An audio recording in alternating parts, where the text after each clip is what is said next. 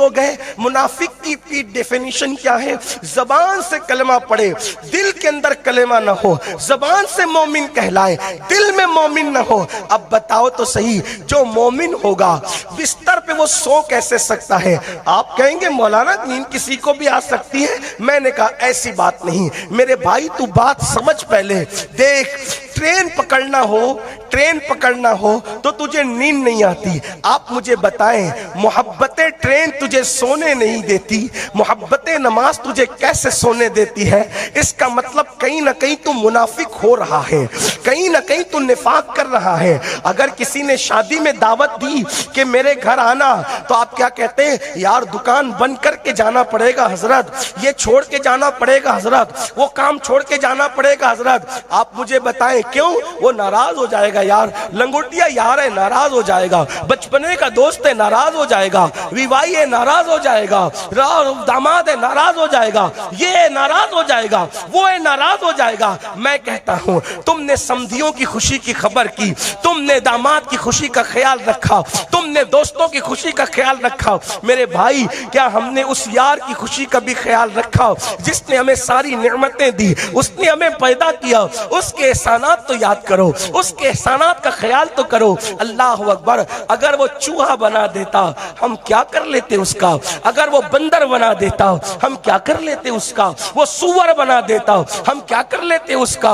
अल्लाह अकबर। किसी काफिर के घर का कुत्ता बना देता हम क्या कर लेते उसका? लेकिन मेरे अल्लाह की शान, उसका करम, अल्लाह अल्लाह, जो बनाता हम बन जाते। लेकिन मेरे अल्लाह ने न चूहा बनाया, न कुत्ता बनाया, न सूअर बनाया, न बंदर बनाया। अल्लाह अल्लाह, बनाया तो इंसान बनाया। चले इंसान बनाकर मूसा अलैहिस्सलाम की कौम में पैदा कर लेता तो क्या कर लेते? मूसा की कौम में पैदा होते, गलतियां करते, ठुकाई होती रहती। ईसा अलैहिस्सलाम की कौम में आते, गलतियां करते, दरवाजे पे लिख जाता कि क्या क्या गुनाह किए। लेकिन कुर्बान, मूसा वो ईसा का उम्मती न बनाया, उम्मती बनाया तो महबूब का उम्मती बनाया, अपने प्यारे का उम्मती बनाया। कितने एहसानात है ना उसके, कितने करम है ना उसके, और उन एहसानात का बदला तो दे भी नहीं सकते। मगर मुझे बताओ मेरे भाइयों, मेरी बहनों से मैं पूछना चाहता हूँ, जरा बताओ उस वाक़ादिर कय्यूम ने हमसे कुछ नहीं मुतालबा किया?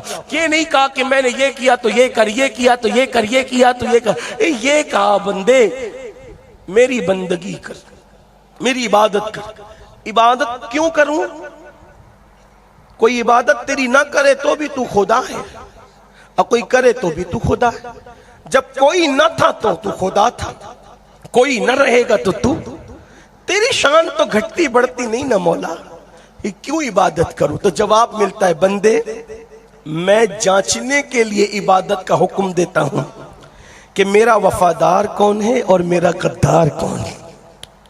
ये है फैसले, फैसले ये है।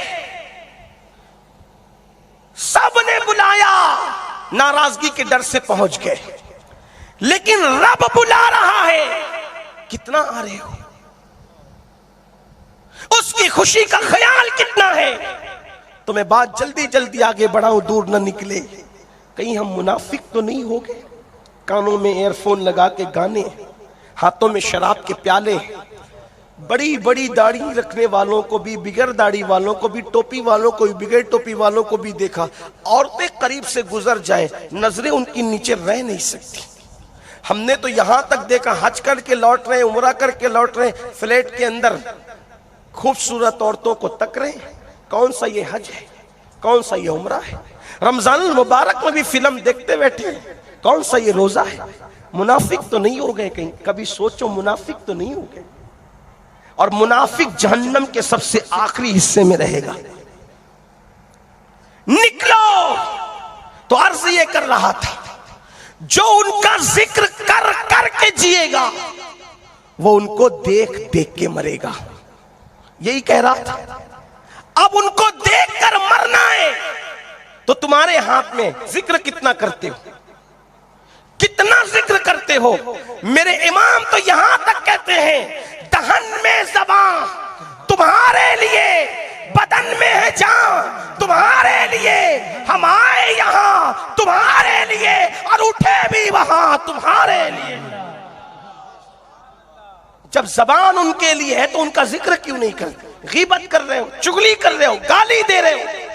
हदीस पाक का मफहूम है, गरीब नवाज फरमाते हैं, जो किसी मोमिन को गाली देगा मरते वक्त तो उसकी जबान पे कलेमा नहीं आएगा।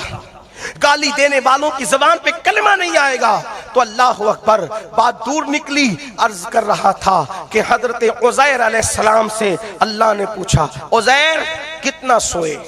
तो कहा रात को सोया, सुबह को उठ गया।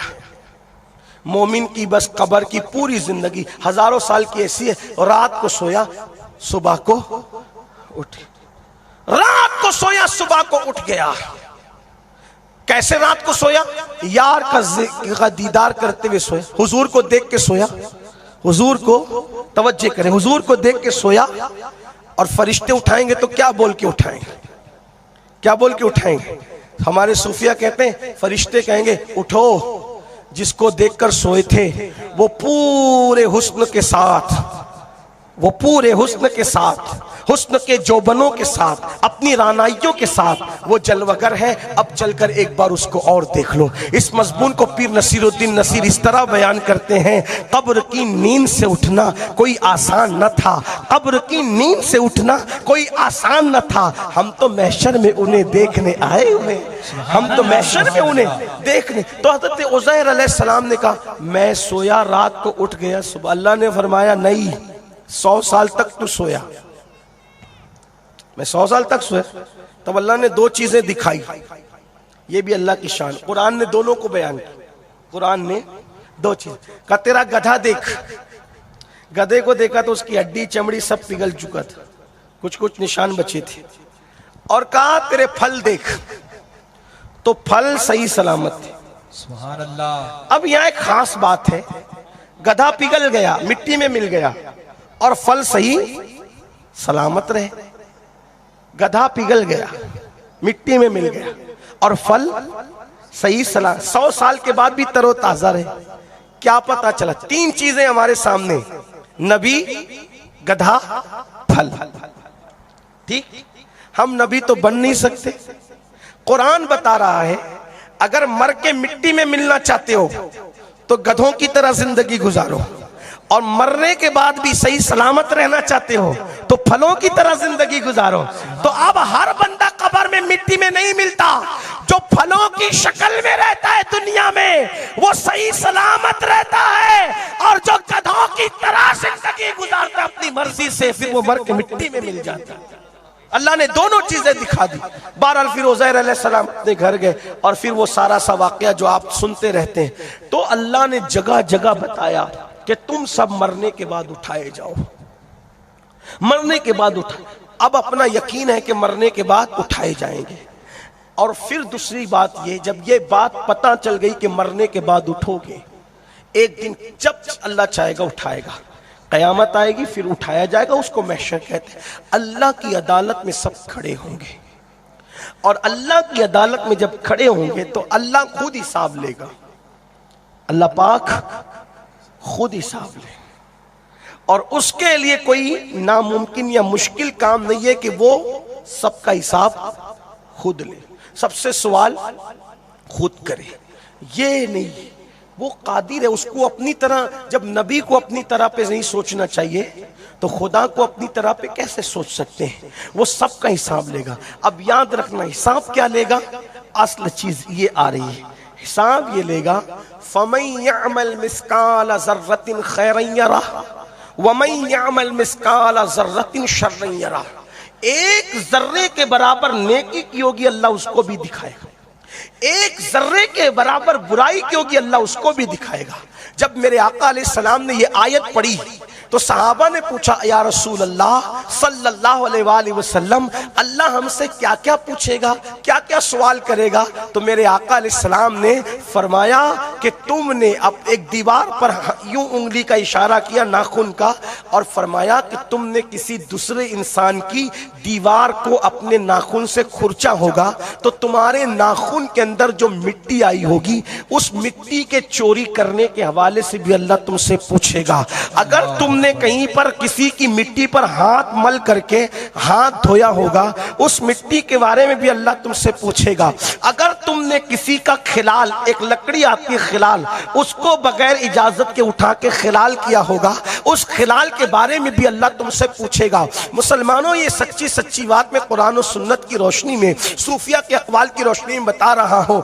यानी इसका मतलब ये है कि अल्लाह का छोड़ देना बंदों को ये आसान नहीं है। फिर कहता हूँ, मोहब्बत इतनी करता है कि माफ करने पर आए तो सबको बख्श दे, लेकिन गैरत का हाल ये है, गैरत का हाल ये है कि जिस दिन वो अपनी शान के मुताबिक अदालत की कुर्सी पे बैठा होगा, वो उठने बैठने से पाक है, लेकिन जिस दिन वो अपनी शान के मुताबिक अदालत की कुर्सी पर जलवगर होगा, वो उस दिन सबसे पूछेगा, जिससे चाहेगा पूछेगा। और वो जिसकी मगफिरत कर दे, मगफिरत का मतलब आसान जबान में वो जिसको छोड़ दे, जिसको छोड़ दे वो छूट जाएगा, और जिसको पकड़ लेगा वो ऐसा पकड़ा जाएगा कि फिर उसको कोई छुड़ा नहीं सकेगा। वो फरमाता है, इन्ना बतश रब्बिका लशदीद, तेरे रब की पकड़ बड़ी सख्त है।